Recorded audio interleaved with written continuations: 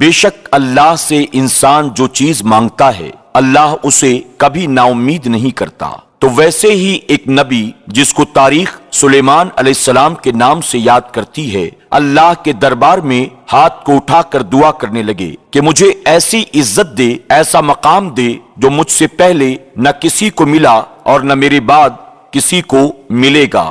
اللہ رب العزت نے اپنے نبی کی دعا قبول کی اور آپ کو کائنات کے ذرے ذرے پر حکومت عطا فرمائی۔ تاریخ میں لکھا ہے کہ آپ کا حکم انسان، جنات، درخت اور کائنات کی ہر مخلوقات مانتی تھی۔ آپ سب کی زبانوں پر عبور رکھتے تھے۔ آپ کا تخت فضا میں اڑا کرتا تھا اور تمام مخلوقات آپ کے رعب، مرتبے اور عزت کو دیکھ کر اللہ کی توحید کو تسلیم کر لیا کرتے تھے۔ تو ویسے ہی آپ کے زمانے میں یمن کے علاقے میں ملکہ سبا کی حکومت تھی۔ ایک مرتبہ آپ اپنے تخت پر تمام مخلوقات کو اللہ کا ذکر سنا رہے تھے۔ اتنے میں آپ نے دیکھا کہ ہدہد دربار میں نظر نہیں آتا۔ تمام جانوروں اور پرندوں نے ادھر ادھر دیکھا ہی تھا کہ اتنے میں ہدہد دربار میں آ پہنچا۔ اللہ کے نبی سلیمان علیہ السلام نے فرمایا کہ تمہیں آنے میں اتنی دیر کیوں لگ گئی؟ ہدہد نے جواب دیا، اے اللہ کے نبی، میں اڑتا ہوا یمن جا پہنچا تھا جہاں کی حکومت ملکہ سبا کے ہاتھ میں ہے۔ اے اللہ کے نبی، اللہ نے انہیں سب کچھ دیا ہے، لیکن افسوس وہ اللہ کی عبادت نہیں کرتے۔ وہ سورج کی پوجا کرتے ہیں، آگ کی پوجا کرتے ہیں اور حقوق العباد سے ناواقف ہیں۔ جیسے ہی سلیمان علیہ السلام نے یہ سنا، آپ نے ایک خط تحریر کیا اور فرمایا، جاؤ اس ملکہ کو میرا یہ خط دے دو تاکہ وہ بھی اللہ کی توحید کو تسلیم کرے اور اللہ کی عبادت کر کے اپنی دنیا اور آخرت کو سنوار سکے۔ جیسے ہی وہ پرندہ حضرت سلیمان علیہ السلام کا خط لے کر ملکہ سبا تک پہنچا تو ملکہ سبا نے سلیمان علیہ السلام کا خط اپنے درباریوں کے سامنے پڑھا، جس میں تحریر تھا، میں سلیمان، داؤد نبی کا بیٹا، اللہ کے نام سے تمہیں اللہ کے دین کی دعوت دیتا ہوں تاکہ تم گمراہی اور ظلم سے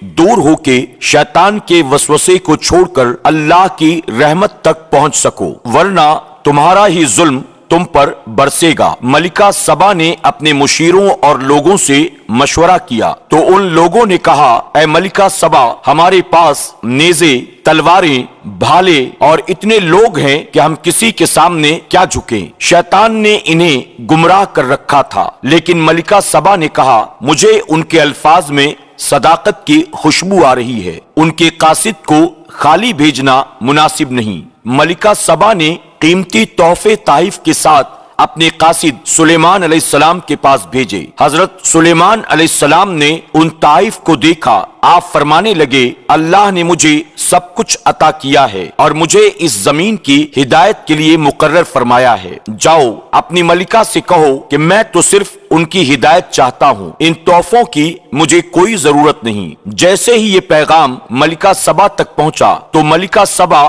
خود سلیمان علیہ السلام کی طرف چل پڑی۔ یہ علم جب حضرت سلیمان علیہ السلام کو ہوا تو آپ نے یہ چاہا کہ جب ملکہ سبا یہاں پہنچے تو اس سے پہلے اس کا تخت یہاں موجود ہو۔ حضرت سلیمان علیہ السلام نے دربار میں اعلان کیا، کون ہے تم میں جو ملکہ سبا کے آنے سے پہلے اس کے تخت کو یہاں حاضر کرے؟ جنات میں سے ایک جن جس کا نام نایاب تھا وہ کہنے لگا، اے اللہ کے نبی، میں آج کے دن ہی میں تخت بلقیس آپ تک پہنچا دوں گا۔ دوسرا جن کہنے لگا، اے اللہ کے نبی، میں کچھ دیر ہی میں ملکہ سبا کا تخت آپ کے دربار میں لے آؤں گا۔ اتنے میں ایک انسان اٹھا جو آپ کا وزیر بھی تھا، جس کا نام آصف ابن برخیہ تھا، جس کے پاس کتاب کا کچھ علم تھا۔ وہ کہنے لگا، اے اللہ کے نبی، جیسے ہی آپ آنکھ بند کر کے کھولیں گے میں ملکہ سبا کے تخت کو آپ کے سامنے حاضر کر دوں گا۔ حضرت سلیمان علیہ السلام نے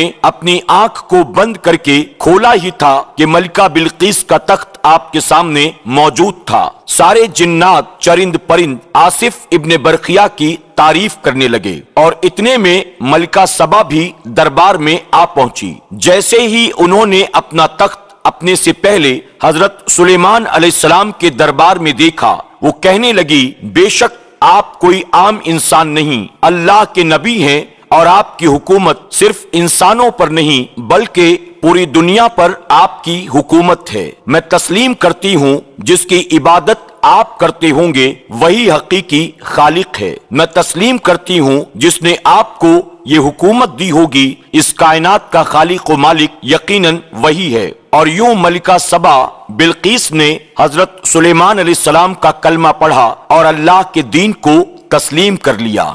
آپ سے گزارش ہے کہ فیس بک پر ہمارے پیج پیارا دین کو فالو کریں، لائک کریں اور شیئر بھی کریں۔ یوٹیوب پر ہمارے چینل پیارا دین کو سبسکرائب کریں